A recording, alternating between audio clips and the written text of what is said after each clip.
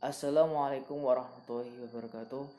Perkenalkan, nama saya Ahmad Taufikur Rahman. Saya dari kelas PGM 1B. Saya di sini akan melaksanakan tugas dari Bapak Muhammad Agus Jauhari, MPD, selaku dosen pengampu mata kuliah bimbingan akhlak. Saya di sini akan menjelaskan sedikit mengenai al-ya'su dalam kitab Idhatun Nasihin. Jika keputusasaan melanda suatu kaum, maka akan melumpuhkannya. Dan jika keputusasaan itu melanda hati suatu kaum, maka akan melemahkannya. Tidaklah keputusasaan melanda suatu kaum kecuali akan melumpuhkannya. Dan tidaklah keputusasaan melanda sifat suatu kaum, maka akan melemahkannya. Betapa sangat melumpuhkannya penyakit hati itu.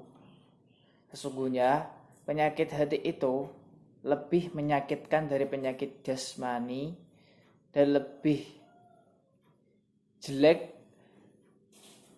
daripada hantaman pedang yang sangat tajam. Adapun kelemahan yang diakibatkan oleh pengaruh sifat putus asa mengakibatkan orang hidup seperti binatang. Dia tidak memahami arti kehidupan ini, kecuali seperti yang dipahami oleh binatang dengan instingnya, berupa makan makanan dan minum-minuman yang enak serta kesenangan lainnya. Allah Subhanahu wa Ta'ala telah menyatukan sifat putus asa dan kefakiran dalam firman-Nya. Janganlah kamu semua berputus asa dari rahmat Allah.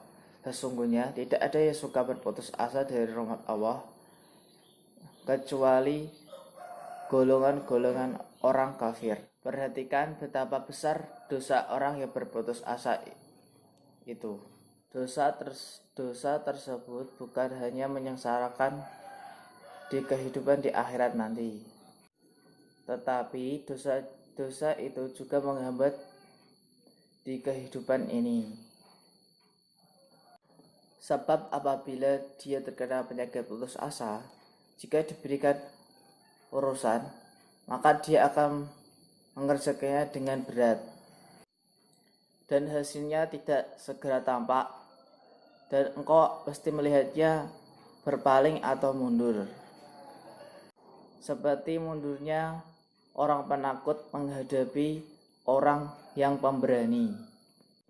Padahal kalau dia mau tekun melakukannya, rajin mengusir perasaan yang menghalanginya dalam menyelesaikan pekerjaan itu, dan mau berteguh dalam menghadapi berbagai kesulitan serta menundukkan rintangan tersebut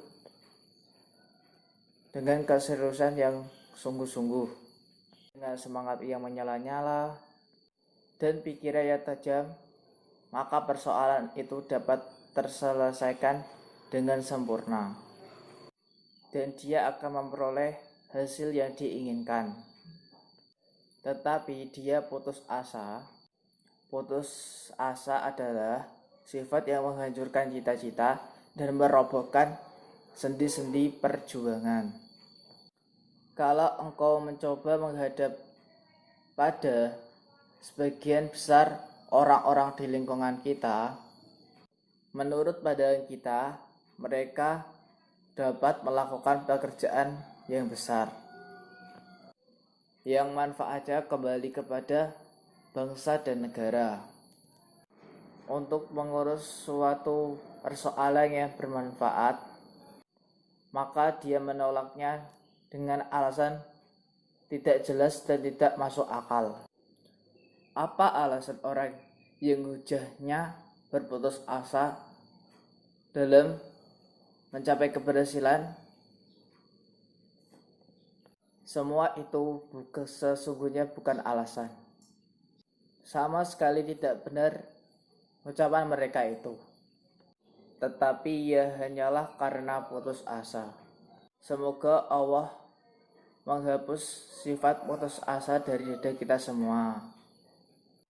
Semoga pula Allah memaafkan dosa orang yang biasa berputus asa dan mengangkat mereka dengan cita-cita yang luhur serta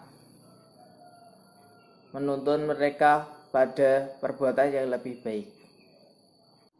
Sesungguhnya putus asa telah menjangkit di seluruh hati manusia, kecuali jiwa seseorang yang telah dijaga oleh Allah dengan cahaya harapan, sehingga dapat memahami akibat, lalu dia berusaha memperbaiki keadaan agar dapat memetik hasil perjuangan di masa mendatang.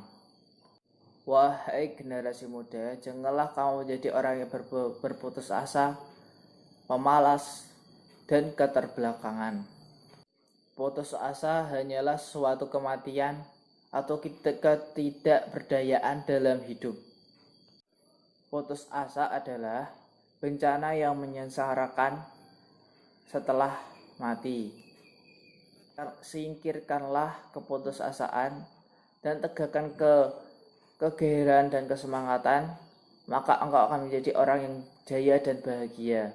Kesimpulan dari saya, al-ya'su atau putus asa adalah perbuatan yang sangat buruk yang dapat memengaruhi kehidupan dunia dan akhirat.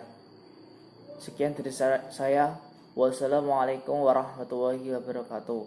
Maaf jika ada tutur kata yang salah. Mohon dimaafkan sebesar-besarnya.